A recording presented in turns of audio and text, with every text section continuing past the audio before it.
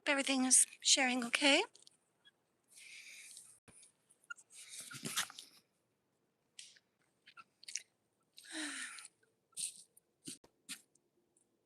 It's not like anybody's watching.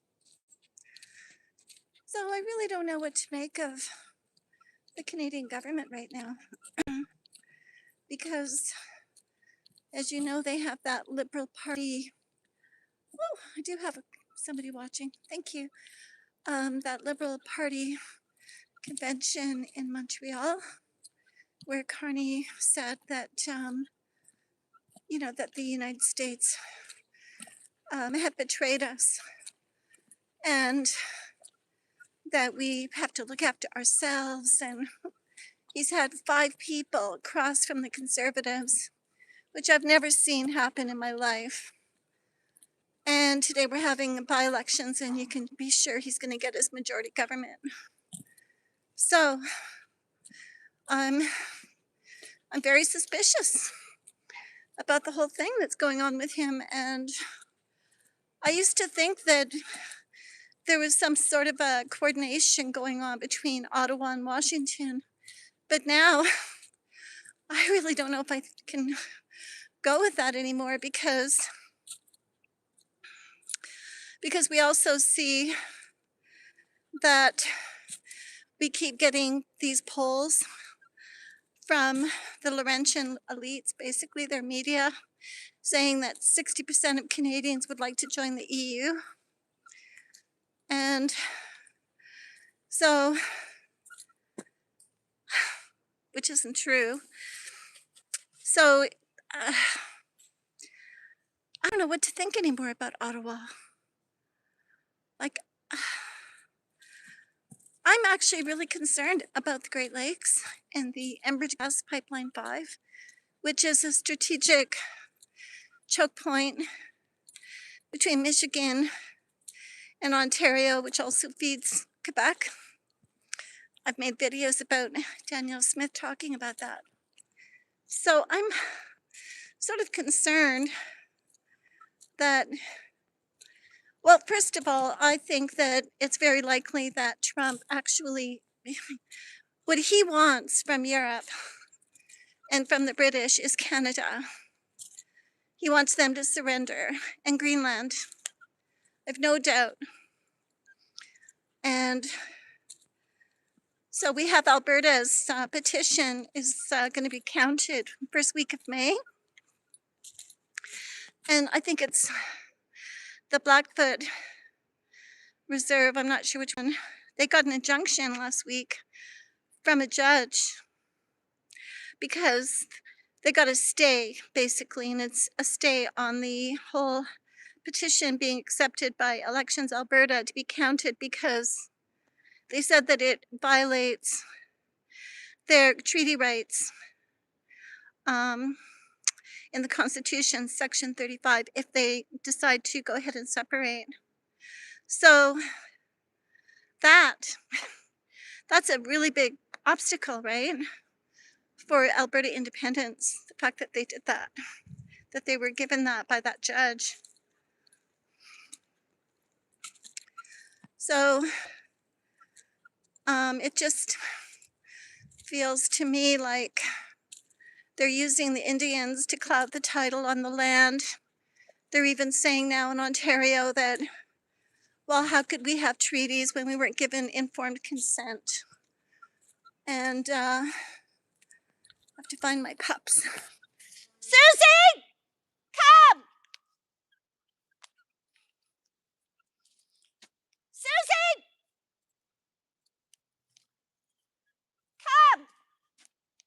Hurry up, get over here. Jax, no jumping. It's my secrets.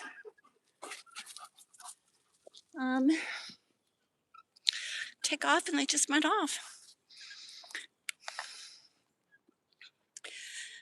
So they use that Section 35 to take away Canadians' right to their land, or to force people to have to go to get permissions.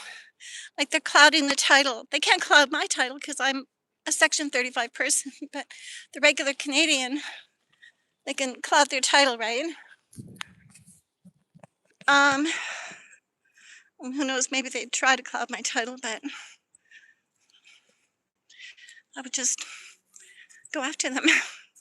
But anyways, so like I always thought that that was a sort of a strategy by the Canadian government, cloud the title to protect Canadian resources from foreign direct investment and the wicked stepmother. But now, based on what I saw at that convention in Montreal this weekend, it's not looking good. It's really not looking good.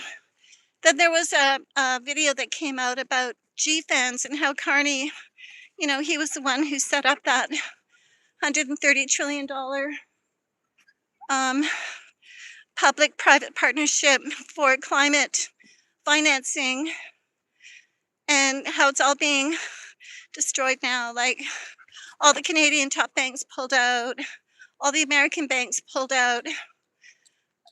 The only ones that are really left in GFANZ are Europe and the UK. They're still right in there. So, and I think that that's a target. Like, I think Trump, he's gonna destroy the whole ESG, financial payment rails, frameworks, regulatory frameworks, which I think is brilliant, and I hope he does, because that's why we can't get anything built in Canada, because of that. Hello. Let me see your comments. What are you doing? I'm just walking the woods with my pups. No, I'm not stressed. I'm not stressed. It's raining. I was taking my pups for a little walk in the woods. It's just about to start pouring here pretty soon. So that's what's going on. I'm really concerned that Ottawa is actually really not on side with Washington, and it's going to, you know, we have that choke point with that Enbridge Gas Pipeline 5. And okay, so the Enbridge Gas Pipeline 5, well, it was under environmental review by the Army Corps engineers in the USA. And they were supposed to issue their record of decision, which is called the ROD, on March the 9th. And they still haven't issued their decision.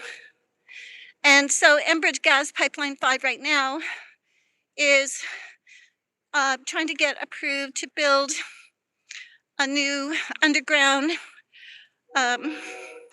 transport for the pipeline. So it's under the lake, the Straits of Mackinac, so it runs under the lake. I'm not sure if they've started construction, if that's been approved. But in the meantime, Enbridge Gas, which is all of the gas, like all of the power for Ontario and Quebec. And it's just sitting on ACE desk right now. They could just tomorrow announce that it's not approved, and all of our power would be shut off for Ontario and Quebec. It's a strategic infrastructure choke point for us in Ontario and Quebec. And it's right there, you know. So if Carney and Ford and the NDP, like the crazy NDP in Canada, if they don't, you know, if they can't exercise the basics of diplomacy, respect to our largest trading partner, well, now it would hurt them as well if they shut off our power. You know, it would hurt them too. But given the way that Trump has been using leverage to his advantage, I'm concerned that it could happen. And it's in the Q drops too. About that pipeline is in the Q drops for April showers, right? So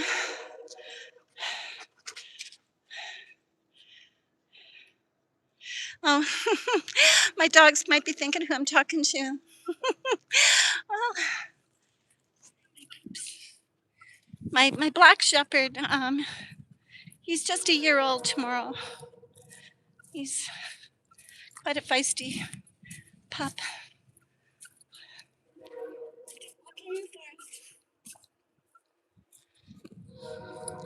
Today it's really nice. It's like 10 degrees.